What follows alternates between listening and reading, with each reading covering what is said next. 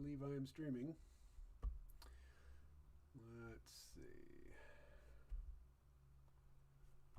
Let's go to YouTube.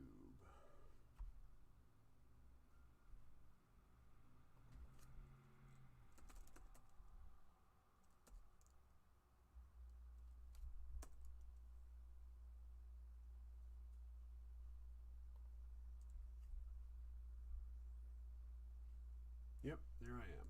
All right. So now we're waiting for first. Alrighty. So let's see. There's the passcode for anybody who wants in. Oh, I'm gonna have to take all this down. Crap.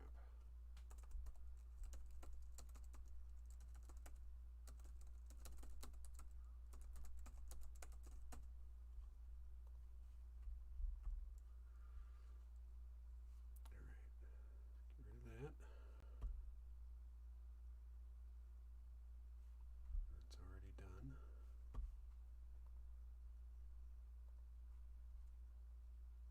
Admit.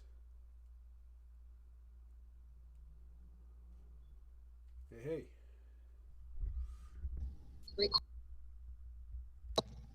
Hey, what's up? All right.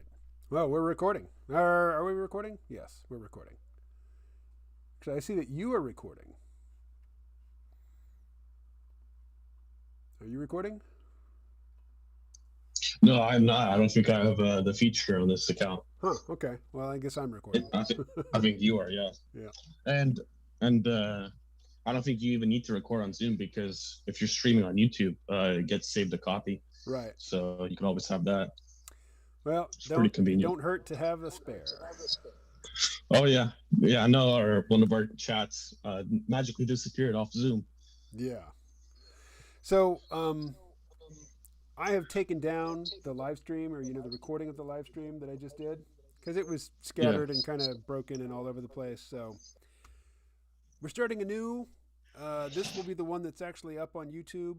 So let me invite you to talk a little bit about your history with fasting, like when you discovered it, how you got into it, different types of fasting that you've tried. Yeah, I remember it's when I opened up that channel with my friend Jet, the Incelmatics channel, and then there's a guy who joined after we did a couple streams called Shot, and he was a Marine Corps veteran off the East Coast, originally from California. I think he was an intelligence guy for like 20 years, and yeah, he had all these like kind of tips that aren't like you commonly find. Like the common one, if you do fasting, like if you search for it, like people are going to recommend intermittent fasting because it's pretty easy to get into. I mean, 16 hours, now that you've done like 3 days, that's like nothing. Like 16 hours it's for a lot of people though, that's very challenging. But so we got talking and I'm like, oh yeah, fasting, I do fasting, I'll do like 20 hours or 16 hours. And he's like, no, you need to do 72 hours, 96 hours, 2 to 4 days, whatever. And I'm like, what is this even possible? Like that sounds crazy to me. And then he linked me Cole's channel, which is the snake diet channel. And That's the Stop Eating Fatty channel. Yeah. And I watched a couple of videos. I watched a couple of doctors. I don't recall the name. It's pretty simple. The reason that it doesn't spread as much as it does is because there's nothing to sell you really. Like keto is a multi-billion-dollar industry now. There's whole grocery stores. I'm not sure about restaurants yet. That actually would be a very good idea. A fast food restaurant, keto only. Yeah. But there is full-on grocery stores that sell keto bread, keto product. Like it's just exploded, and keto is a very expensive diet. So there's money to be made. If it's fasting, there's really no money to be made. I mean, Cole sells the snake juice package and he sells his services like his camp and stuff. So there is revenue generating for him, but he shows you how to make it. And he says, you don't need to buy what I sell on Amazon. So it's very so it's a very I mix it up it's myself. very I mean, I'm no chemist. yeah, it's yeah, and it's honestly like the life hack memes, like people on Reddit will have like these life hacks. It's actually the only life hack I found because one, you're burning 1 to 2 pounds per fat at the start. You're burning tons of calories. You're not on the diet. You are losing weight just catabolically. You're saving money on food. When you go to eat, you can't eat the same amount because of my experience of stomach shrinks. Yep. So there's so many and there's other benefits. I'm not too educated on the extent of benefits, and I those are kind of on more research based thing most Americans have in their happiness is going to Starbucks, going to McDonald's, going to In-N-Out. It's not one meal per day or multiple meals per day. That's the only thing that gives them like dopamine in their lives. Right. So yeah, that's what we're struggling. That's how I basically started with fasting. I do think it's legitimate. Before I did fasting, I did when I entered college, I did keto, and that's when I went to my lowest body fat ever. It was like 11%, I think. And yeah, like keto worked for me, but I was running around 3 different stores trying to find the right ingredients. Like I was going to like ethnic markets, different type of because I wanted to plan out a meal that could be repetitive, that I didn't need to think about every time, that I can make in mass. And it was expensive, and it was most importantly time consuming to make a huge I'll make a lot of carne asada salads. And yeah, it was just time fasting. It's you save time, you save money. It's it comes down to the willpower because it's not the in my experience, it's not the hunger, the I forgot the terms, but the real hunger that crushes you. It's the flavor hunger, the the hunger for flavor, that the coping eating that gets to you. Your body knows and your subconscious knows that anytime you want to, you can boost those dopamine levels just by going to the fridge or going to the cabinet and getting some bit of carby goodness and eating it, and you're going to feel good immediately. And the problem I have with fasting is I discovered that even though I'm not eating today, wait a second, why am I standing in the kitchen with the fridge door open? Yes, What am I that's even doing actually. here? I remember a guy on YouTube. His name was Monday FM Monday, and he did like highbrow content on like loneliness and male specific loneliness, kind of like Incelmatics, what we do over there, but kind of like at a higher tier, I guess. Mm-hmm. Like he's more intellectual. What's the channel And called again? Monday FM Monday, he ran a political channel too. On the side, he's gone from YouTube now. Oh, bummer. He kind of left and got pushed out and whatever. I guess that's his own decision. Yeah, he had some really good content. He was growing very fast. He put a good face to kind of like the male loneliness movement. He was a clean cut guy, and it's a shame he's gone. It's a shame he's gone. And yeah, and he talked about like he was fat as a kid, but when he was doing the videos, he was probably in his early 40s to mid 40s when he was doing these videos back on YouTube. And he was a slim guy in the videos, but his childhood, what he's described is he was a very not chubby kid, chubby fat kid. And he said one of the like syndromes he suffered is just going to the fridge to see if it's even if he just ate, he would just like open the fridge just to see what's in it. Like the psychological wiring is just so deep in us. Because with food, I from what the studies say is that there's actually more dopamine release and pleasure release before you bite into that burger, before you even like suck up the shit. It's not the flavor, it's the anticipation. Yeah. It's the Pavlov salivating dog. And I think the biggest battle is not the dieting, the fat, it's resetting these psychological triggers for us. Yeah. Because we're kind of stuck in this. I'm stuck in this, apartment, and I have the same fridge. There's a certain time like if I'm watching something, that's when I would like to eat, when I have like something to watch, a YouTube video, not an audio thing. But yeah, so there's these triggers. There's so many triggers to get you to like your body is like, okay, now we need to eat. This is the time. This is the time. And the more you do it, the more you reinforce it, and the harder it's going to get to escape those triggers. So yeah, that's the big deal is how do we reset these triggers? How do we replace them? How do we stop them? Because if we do, I think it's much easier to be. successful as fasting. I've never had any. Well, I can't say never. When I was married and living in Washington State, and I had fairly recently gained a lot of weight. Like I'd spent most of my life, or at least most of my late teens and 20s, in pretty good shape. And then, I got married. I started eating in restaurants a lot. I was just at home all the time, started drinking a lot, and I gained a lot of weight. I mean, a lot of weight very quickly. And I tried fasting then to address that weight loss, and I just couldn't. I couldn't hang with it. I'd go like 6 hours and get sort of dizzy and think, oh, I'm faint. I need I need calories. Yeah. It was absurd. I mean, looking back at it now, it's absurd. But since I discovered intermittent fasting in I think 2011, I never had any trouble sticking to the intermittent 19-hour fast every day and then a 5-hour eating window. And I didn't have any trouble sticking with it until I did, and then I just couldn't hang with it anymore. But the 3-day fasts, I haven't been tempted to break them early. The first day is the worst. Thereafter, I don't feel at all hungry. After the first day, not even that limbic hunger. Not even that sort of shadow fake hunger that draws us to the fridge. Even though we may have just had a meal or something, we're just bored. We're just looking for a little hit. And yeah, the 3-day fasts pretty much takes that away. But I have to say, all of Thursday, I'm not feeling hungry. I'm not thinking, oh God, I'm so hungry. I'm just thinking, man, I can't wait to get down to the drop-in center tomorrow and see what they Yeah. pass to me through that window.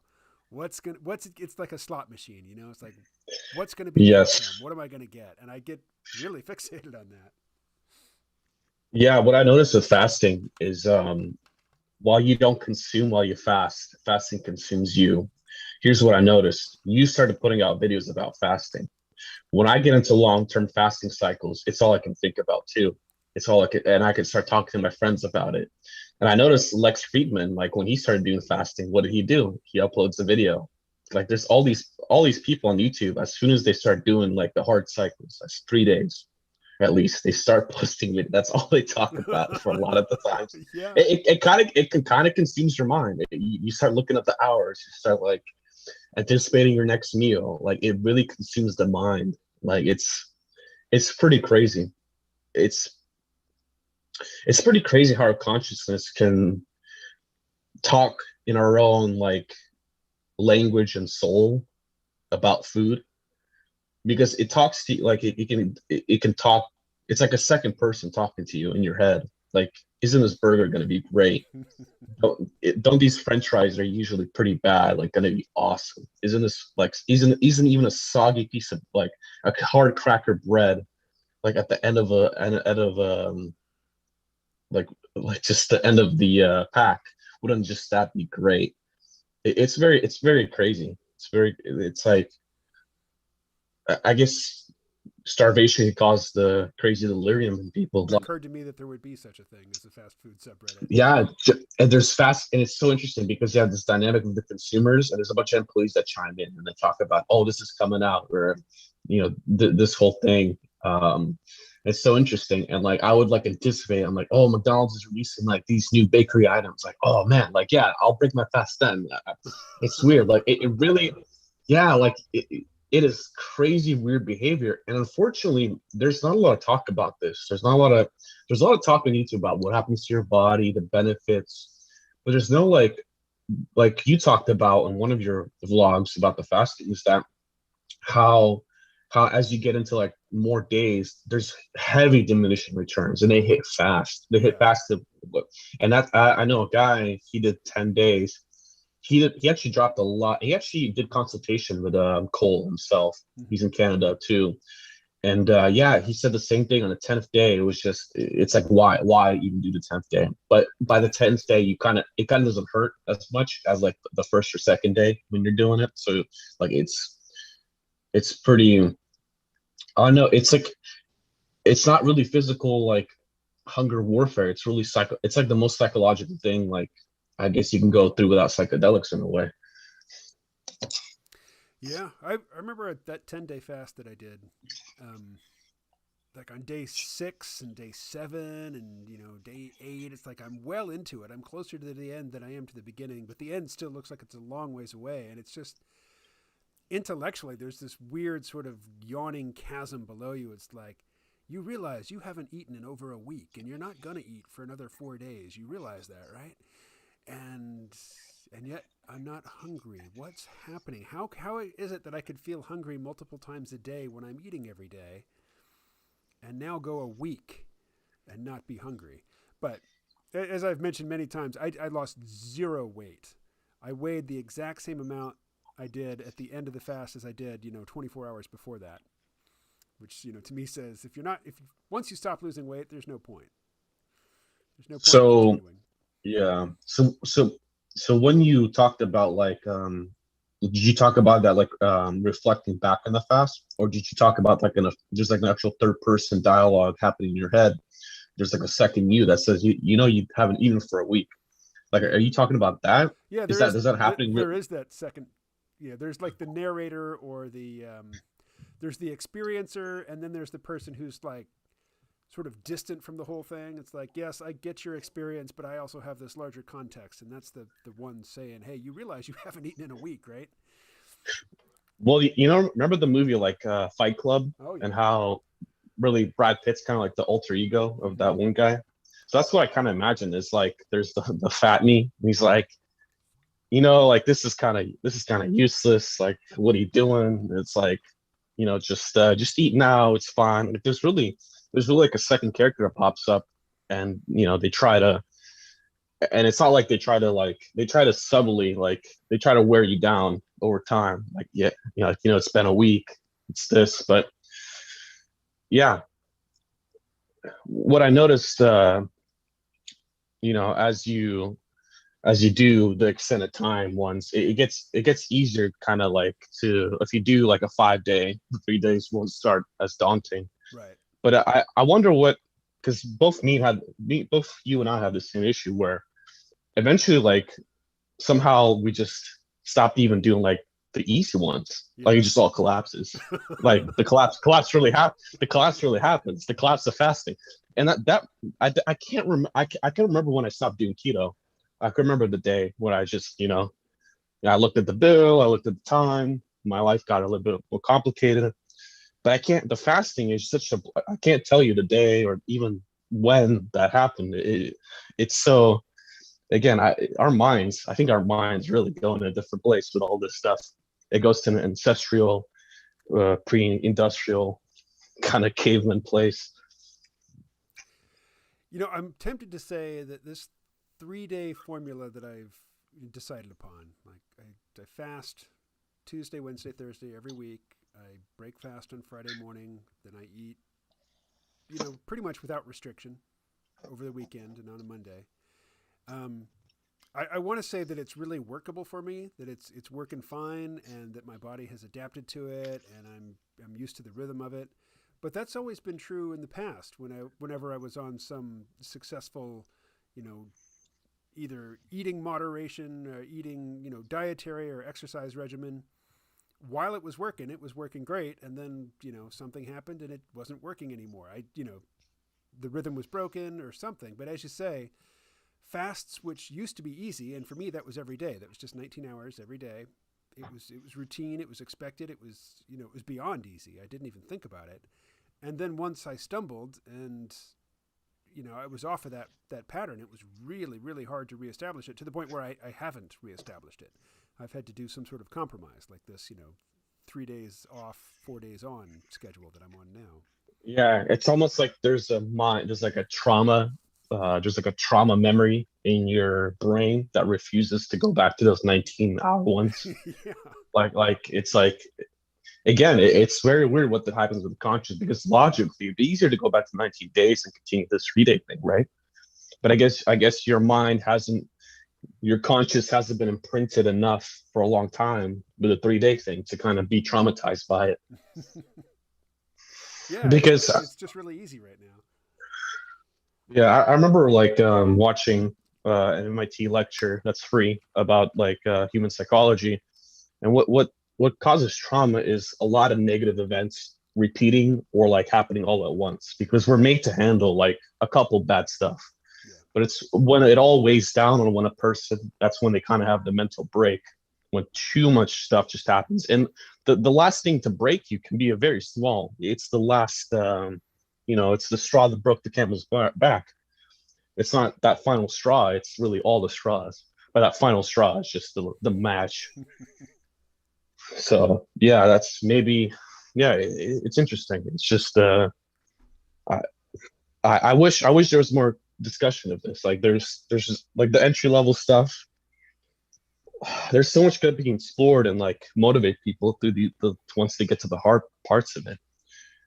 Like the intro stuff we know how good it is. We know how you know you can lose all this weight.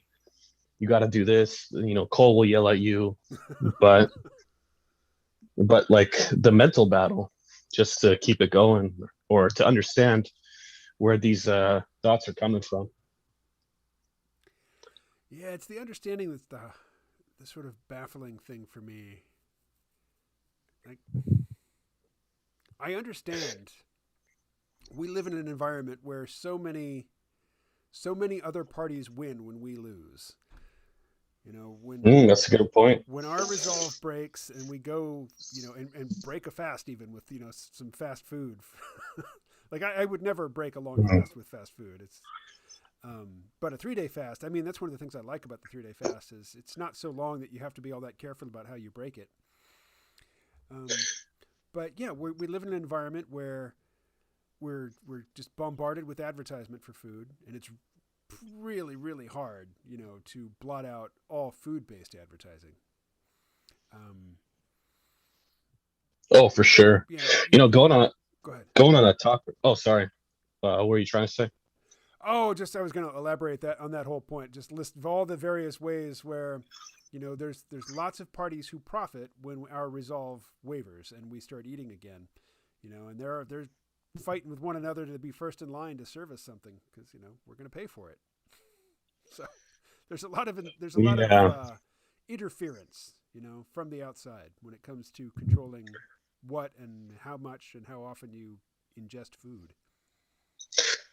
for sure. Here's the thing: is that you know how like the original food pyramid like came out, and that's kind of we know that the food pyramid is bunk. It's Oh terrible. yeah, It's only eat all carbs. yeah. So and the healthy stuff you're supposed to eat is the top of the pyramid, and there's a lot of conspiracies that say, well, they had to prop up the carb producers. The carb producers are like they had a like these companies like Nabisco, they started out as huge conglomerates, statewide conglomerates of bakeries, and bakery was like simple wheat, salt, and water crackers were the most one of the most important things in logistics for like the British Empire because they needed these things to store long times on barrels and ships. Mm-hmm. So it became like a key industry that was like it was like ammunition. It was basically part. It was de facto part of the military industrial complex. So it's interesting. Like the carb industry, maybe not now, but at least maybe at the prelude of that food pyramid, they probably had they were huge conglomerates, so they probably had a lot of say in producing that, and a lot of food science, like the cause of the fear of fat that happened was very bunked too. Very a lot of propaganda there.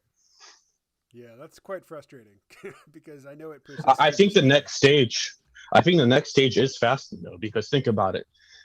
If everybody stopped eating 3 meals a day and stick to like just OMAD, the economy would collapse.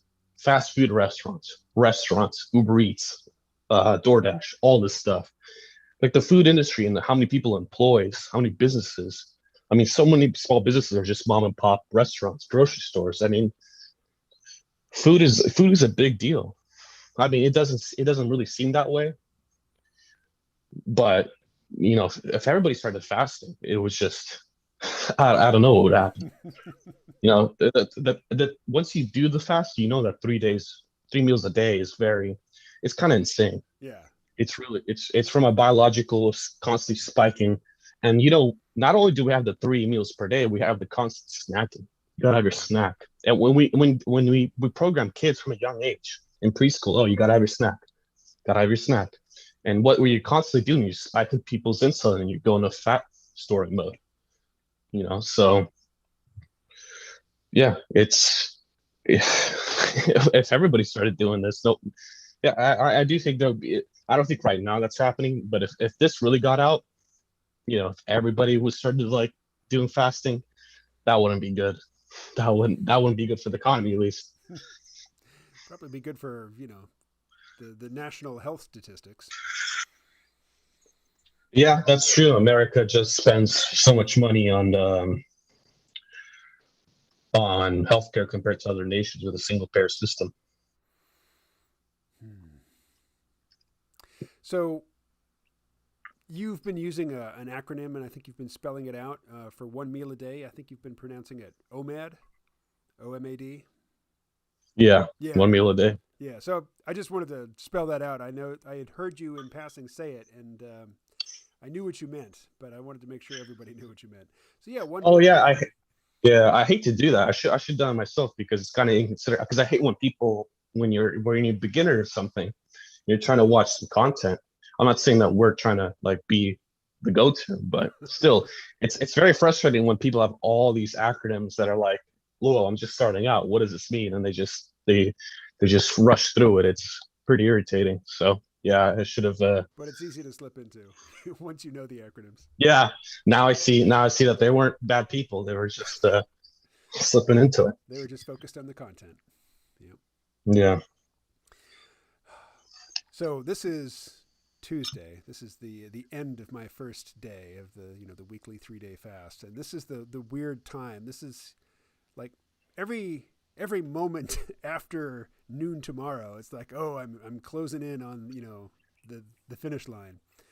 But right now it's like the beginning. It's like, okay, I've got less than Beginning one of the day end. out of three out of the way. Yeah, when you're not consuming, fasting consumes you. Mm-hmm. So yeah. So you break it with a Greek Chobani yogurt with the flaxseed and the I don't what is that? The healing husks? What are those? Okay, psyllium husks. Yeah. Yeah, that they're a very high fiber. It's the husk of a small green. I was not taking in any calories, and I was getting consistently constipated. Like whatever was in my stomach, from the night before I started the fast, stayed in my stomach all week. Not in my stomach; it stayed in my bowels all week. Splashes of water and just swallow it all down, and that really didn't move things along. And then I was just really craving some heavy cream, and I just said, you know what, skip it. Rather than fast, I'm just going to do keto 3 days a week. But keto with nothing but heavy cream. So the only calories Yeah, that I take bulletproof in coffee. now are, yeah, but it's not just bulletproof coffee. I mean, it's like a lot of heavy cream. It's very rich coffee, and I noticed that I lost considerably more weight doing keto 3 days a week than I did fasting 3 days a week. Very interesting. Yeah. And I noticed when I first did keto, like that first 7 days, I lost about 10 pounds. And if I just stop eating and I consume nothing, I might lose 7.5, 8.5 pounds over the course of a week. Yeah. So I That, don't understand that at all. But yeah, taking in me like too. 250 calories worth of fat and protein a day, Yeah. I lose more weight than I do taking in nothing at all. Yeah, that is very interesting because And I I've keep pooping. I've lost weight. Like I used to say about fasting, as I would lose weight faster than I could put it on. Like I could because when I would go back to eat, or I would the time it took me to put on the fat that I wanted to lose, it took me longer to put that on than when I was fasting, I was losing. But keto, I was able to get to the lowest body fat, but fasting, I was not able to because it broke. So keto seems to be more sustainable. But if you're losing, let's say you were losing the same, it's so much less painful, and you're because you're doing the keto. It's I guess it goes back to like the moderate view of things. Like because if you're doing like because you're not because with the heavy cream and coffee, that's like 150, 200 calories. That's what I would guess over the So course of the day. Yeah, I drink. I That's drink almost decaf coffee. I'll put in 4 scoops of decaf and 1 scoop of regular caffeinated coffee for a pot. So so I drink coffee pretty much throughout the morning and early to mid afternoon, so but not on that a much percentage caffeine. on a percentage basis, doing that, how what's the reduction in misery amount by doing that? The Do you cut your uh, misery in half? no, no, I'd say in terms of the actual experience, it's marginal, but the satisfaction at Mm, the end of the week, seeing the bigger number, and knowing that I have not been in starvation mode, yeah. there's satisfaction to be had there.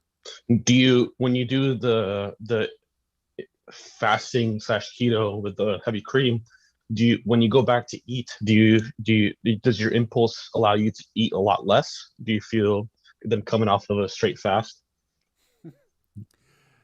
I haven't or is it about the same? I haven't introspected in that moment. I don't I wasn't paying attention to that particular aspect of breaking fast, so I'll look into that. I'll pay more You know, attention you next know, day. you know what might be the only tip that's actually useful in therapy and psychology is to journal with a Yeah, paper and pen. It's important, not with a digital device, because we didn't grow up with digital devices. In classrooms, when we were young, when our minds are most plastic, we grew up with paper and pen. I feel like for these type of things, maybe that's why maybe our memories are not as due to the trauma of being in the starvation mode. Our minds are not as clear.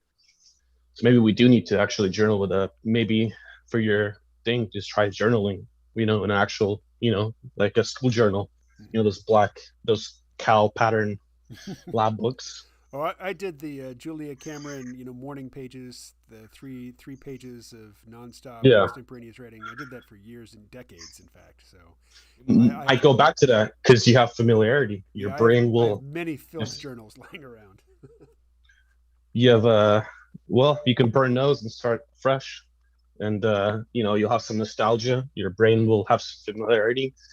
You'll get your thoughts because it's kind of a blur, especially the fasting, like we talked about. Maybe journaling is the way. It doesn't have to be like the 10,000 words you wanted to do on Patreon, but it could be like a sentence, like I feel pretty crummy. I'm try to see what you're. I really want like shrimp. I really want French fries. I my body's craving. Yeah, maybe it's that. Maybe try journaling and to see Yeah. Well, and journaling is always just good. It's always worth yeah, doing, it's so. except when somebody who's not supposed to read it does. But it'll be all boring. It'll be all like the fast and technicalities. There's no dark secrets. There's no Yeah. Yeah. there's no dark secrets on there. It's just a suggestion. I think we have a different fasting pattern because to me, a true fast is water only, hmm not flavored water. Like to me, I cannot risk a single like calorie because I don't know how I came to this belief. Again, I'm not an expert. I'm not a biologist, but maybe it's my own fear. But I feel like if just one little calorie, one little granule of like sugar or something, or I don't know, like one little carb, like a crumb, like flies into my mouth, like that will disturb my fast. Like that will like my body will say stop. We're not burning fat. I Like think I don't know. I It think you it, have to it consume seemed 30 to 40 calories to break to knock yourself out of the fat burning mode. I don't think one little crumb's going to do it unless it's, one little crumb of some very high density food. 30 to 40 calories seems like a dream. Then like should I just start doing like I don't even do tea. Like I'm afraid to even do because I feel like there'll be some matter off the tea leaves that will it'll go from the tea bag and it'll go into water and that will be enough to like trip it. Like I don't even take supplements like it's just because it's weird. I haven't found a concrete answer to this. Like some people are that way and some people are like, oh, I'll have coffee. I'll have I'll have tea, coffee. That sounds like a dream. Like if I could have like tea, like that makes things so much like psychologically easier. Hmm. Yeah, and people have different motivations for fasting. And for some people, there's this spiritual aspect to it. There's a self-discipline aspect to it. There's a meditative aspect to it. And for any of those, I could imagine that yeah, you actually have to deprive yourself not just of calories but also flavor or any sort of sensory stimulation. For those benefits to kick in. And me, I'm really just looking at the number on the scale and how my face looks in videos and things. So Right. Yeah, my for me, it's my just scope is smaller, I think. I'm working, you know, 140 hours, like, 3 remote jobs, like trying to do all this crazy stuff, which keeps me sedentary. Can't go to the gym a lot, like Right. 7 days a week work. And my only cope with this kind of like harsh life, there's not a lot of like from my channel is pretty pessimistic. I'm a pretty pessimistic guy. I have a pessimistic bias. And like I don't drink alcohol, never have, don't smoke anything. Like my one cope is video games, but I can't play them. Mm. Food I can eat. Food I can get that quickly between. Like I can get that dopamine quickly between like working. So it becomes my only cope of life. Like it becomes like the basically to not get me suicidal. Like it's just it's that's just reality. And that's how I'm just in that and that's why I started like really considering it. Yeah. I'm just trying to like not get fat. That's what I'm trying to do. And Because it's once you it's do, hard if you're it's not leaving the apartment. I mean, yeah. I I try to usually walk leave. to the grocery Yeah, store every single day, even on days when I'm fasting. I will walk to the grocery store, which is on the far side of the village. yeah, yeah. You have a very sustainable. You live like you live kind of what you would preach in the past of the eco village. Like you that I have kind a of like low grew on. carbon footprint. Yeah. Yeah, and most people that actually like preach the stuff like a choir or they preach it like a priest, they fly private jets and they buy a Tesla that uses so many like extreme hard to get minerals, Yep. rare earths that are just as at the end of the day, the battery and everything is just as bad as getting a ICE car, so internal combustion engine. Mm-hmm. So, and you're actually just walking, No and car. it's not like it's not like you're in New York City where I'm walking. No, it's like everyone does it because it's the only city in America that's a functioning mass transit system. Barely, you're doing it in actually a town, which is actually impossible on the macro scale of things if you think about it. So yeah, that's very impressive. Because most people they even they take their 4x4 truck and they drive it to McDonald's 5 minutes away and drive back or do Uber Eats. But so the fact that you're walking, yeah, that is pretty impressive. Well, it's also Yes, in good a for small me. town.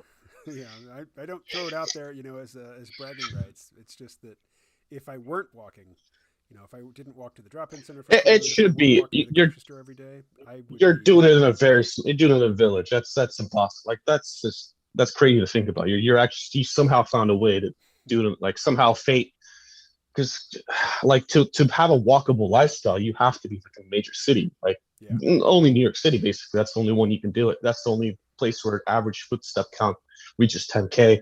Most of America's like at 4K. So yeah, Yeah, for me to get in 10,000 steps, I have to walk to the drop-in center and back twice and to the grocery store once and back, there and back once. And that comes to right about 10,000 steps. My step counter gives me a little celebratory buzz when I hit 10,000. Like when yeah. I say buzz, I don't mean neurological buzz. I mean it just vibrates on my wrist. I can feel it. And, And that's like that those 10,000 steps for you would be like what 400, 500 calories burned, um, probably a bit more, right? I don't So know. that's a that's like an extra bang. Like that's more because I heard a good thing to do before your last hour of your fast is to do like a brisk walk. You know Hmm. that might help. That might maybe that will help like not consume because maybe if sitting down and then consuming a big meal, like because they did this with World War II prisoners that were POWs, they were in concentration camps. Like they give them a big meal and people would die. Like when if you do an extreme like long fast, you're supposed to refeed it very carefully. Yeah. Some people have died from it took too much carbs, shock. Like basically simplest way, to make it simple is do like a soup base, like a chicken, not the super noodles, but just the bouillon, Yeah. whatever you call it. So Broth. like the broth, yeah, beef, whatever broth you want. That's kind of like the best. When I was doing keto, that was actually the best thing I noticed for my digestive system, for my spirit, everything was the broth. Was doing a nicely made broth out of the bones itself, but Yeah. not the cubes. That was like, Yeah. yeah. I remember breaking a fast with some fairly expensive bone broth that it didn't taste any different to me than it would have if I just dropped a few bouillon cubes into a bowl of hot water. But it was I was But taking the it on faith. micronutrients, Yeah. yeah, yeah. I, I don't know. Keto just seems more interesting now, like because you're actually consuming stuff. Mm-hmm. And the fasting, it feels very lonely. Like you're just in a desert, kind of dying. It's just with keto, you got this like kick-ass community. Look at this amazing 3-star, 5-star restaurant, salmon fillet with bacon wrapped. Oh yeah, and Yeah. we're all got six fasting's like it's just like it's kind of like the masochist way Yeah. of doing things. See, I don't know. Now I used to Fasting think is like, sitting alone in your apartment, wistfully dreaming of a stale cracker. It's like, oh, that cracker would be yeah. awesome. When I was doing keto, I would actually I would have those dreams of a cracker those too. So you know, yeah, but I I've gone long periods where I wasn't drinking, and I would have a dream in which I'm sitting there and I realize, oh shit, I've just taken 3 drinks off of this beer. It's like, oh, oh really? yeah, I fucked it up. Or you know, if I'm fasting, I'll have a dream where I'm sitting around talking to somebody, and I realize, oh shit, I've got a burger in my hand, and I can see that I've eaten some of it. And it's like, oh Wow. god, damn it. I have those types You of know, my body or my dream self has betrayed my intentions. It's like I was gonna that's fast, but I couldn't get through the night's sleep. that's crazy. But when you wake up and like depending off because there's 4 cycles of sleep, and depending which one you come off of, you're more. It takes longer to recover Mm-hmm. into like a. Sometimes you wake up and you're ready to go. You got off a really good cycle, a light sleep cycle. Right. You completed the 4. If you get off in a deep sleep cycle, you're gonna feel like crap. So besides that, like when you had that burger, when you had that beer, how long did it take you to realize? Because sometimes when dreams happen, they can be so vivid that you like, did that just happen? Like, was that real? Like, where am I now? Like, That disturbs me so much that it usually wakes me up. wow, Yeah. And then I'll wake up wow. and I'll be relieved. It's like, oh, it was just a dream. Just a But dream. so it's not like you wake up and like, oh shit, I already broke my fast. Might as well go to No. the fridge and No. start No. taking out. No. It's like, Oh, that's oh good. wow, I thought I failed, but no, I didn't. You say this. I've never, even when I had deep fast, I never had dreams about food. There's never been a dream I had where I was eating.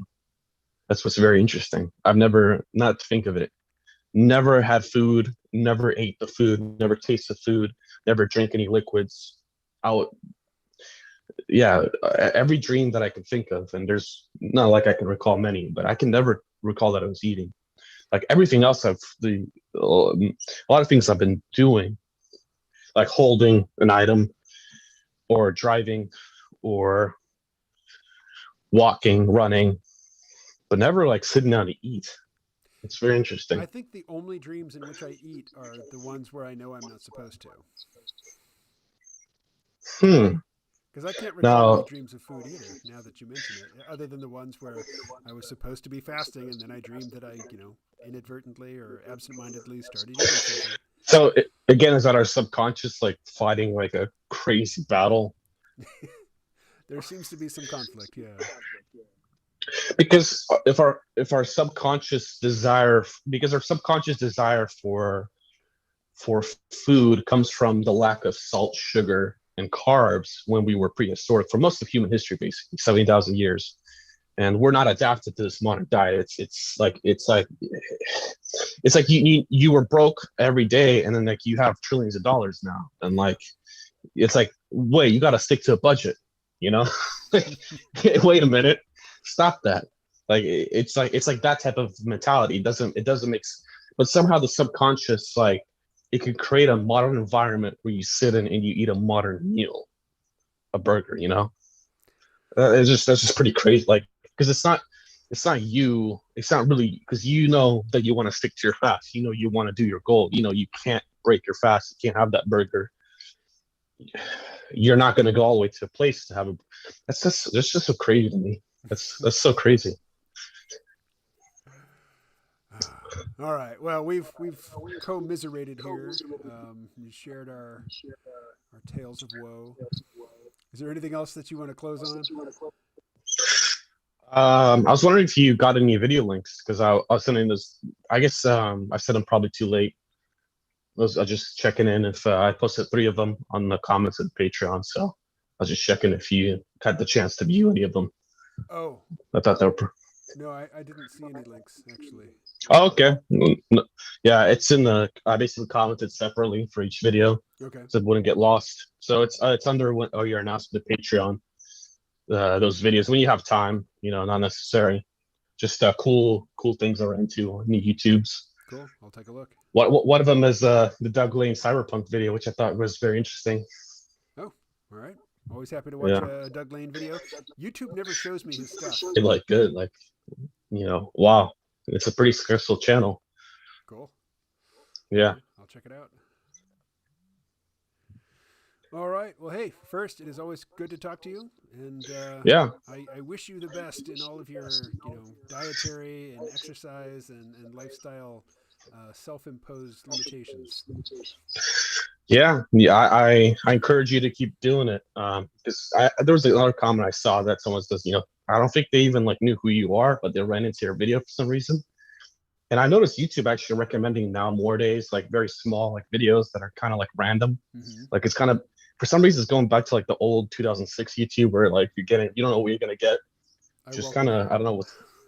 Yeah, I welcome that, and I kind of like I look at some things and like what like the CCP embassy in South Africa did a stream for 2.5 hours that has 951 views. Why am I getting this? This makes no sense. Like I'm like, again, it's the grass is green on the other side, right? It's the I guess, but yeah, I think someone stumbled on your videos, and it's not overproduced. You're not this doctor with studio. You're not this guy pushing a product. You're just going through a struggle. You're not an expert on it. You're testing things out. I think that's actually very like that's very good for a person to see. Like that's someone they can relate to. Like a doctor that's a PhD that like I know these enzymes, these specific enzymes that are doing this now. Like that's kind of intimidating. Like you feel like you can't play in those big leagues as they can, but when we see like a relatable guy, they can. I think that helps a lot more actually. That's why I was motivated to start fasting right around when you were. So I encourage you to maybe try out journaling your thoughts because we know our thoughts get scrambled Oh yeah. and yeah, maybe try keto and as much as you can. I don't know. Yeah. Eventually we got to figure out. We have to stop jumping around, because life is a passing phase. So we have to Right. figure out I don't know. I don't know what. that we have to stop jumping around. If by jumping around you mean going from one regimen to another. I feel like the net effect of jumping around, like a lot of people do, and I think most people do, it literally gets us nowhere. The net effect is that you kind of stay at the same weight for the rest of your life. Like, yeah, there's dips of months, but generally, if we plot your life, you're after you get out of the early 20s where when you can eat anything, you're a freaking machine. Mm-hmm. But if you plot, if you keep doing, like if you don't stick to a regimen, I think that's what happens to people. See, they've tried veganism, they tried this, but there's those bouts where they don't try anything, and when they feel like, oh, I can gain some weight, but then like there comes a point where it's like, oh shit, my face or my figure, and then they go on to a new scheme, and then they come out of that scheme. I feel like it would just be more optimal because I think each human is different, and our we haven't there's no like real broad genetic patterns of diets. Like it's obvious that some people are they can do rice and beans while some can't. Some can do red meat while some can't. Some can do lactose intolerant. Europeans are less lactose intolerant than other non-Europeans. So it's like, but there's very specific ones. There's very like there hasn't like we don't have a 23andMe for diets yet, and I think that's what we need.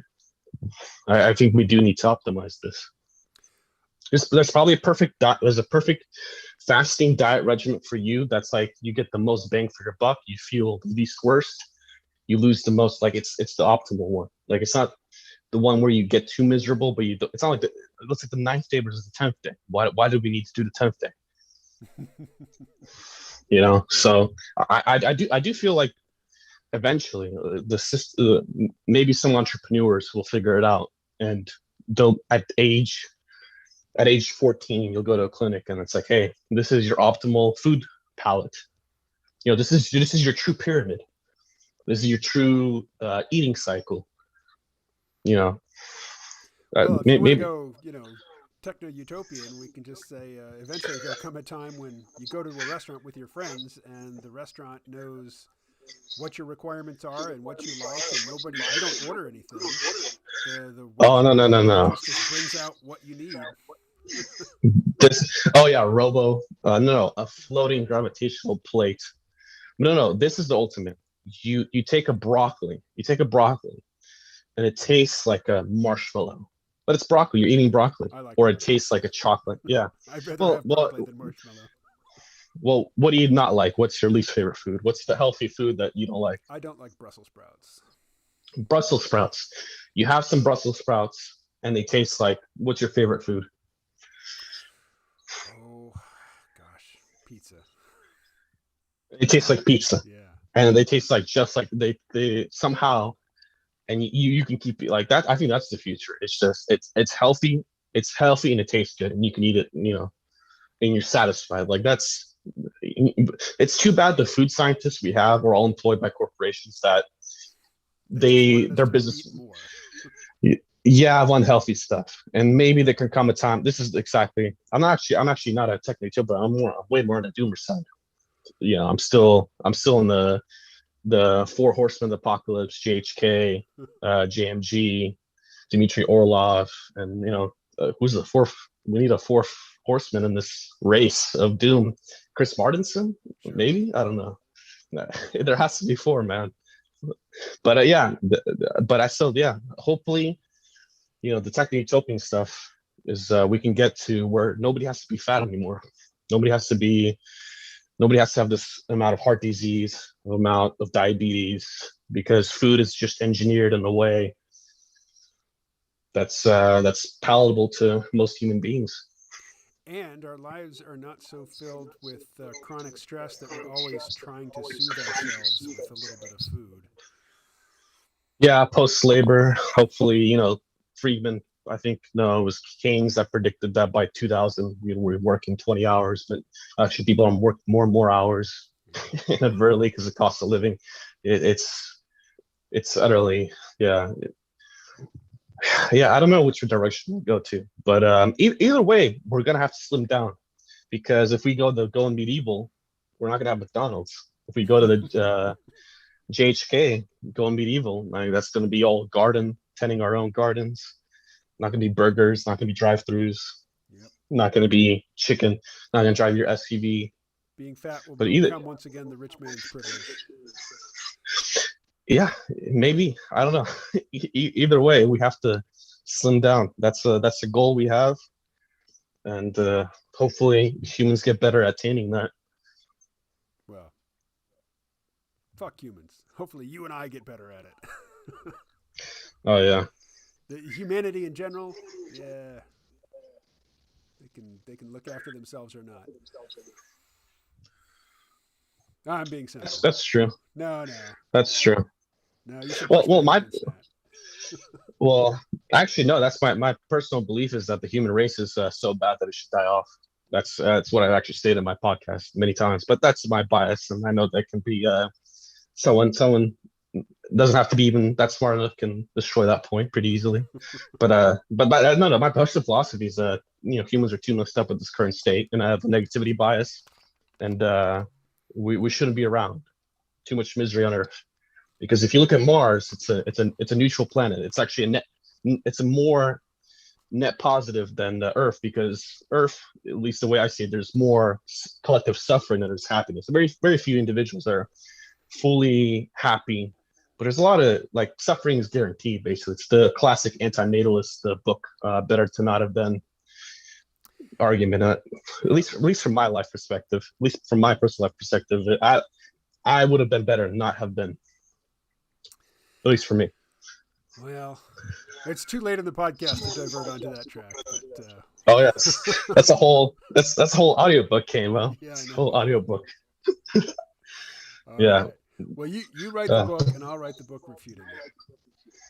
oh, I can't write a book, man. I don't know. Okay. Yeah, my attention span is shot. Oh well. Hey, But Fraser. yeah, it was great talking to you. Yeah, likewise. Maybe we could get some other guests, three-way talk. I know you do the clubhouse, but that's Mm-hmm. kind of like Discord. Maybe I can join one of this. But I'll keep a lookout.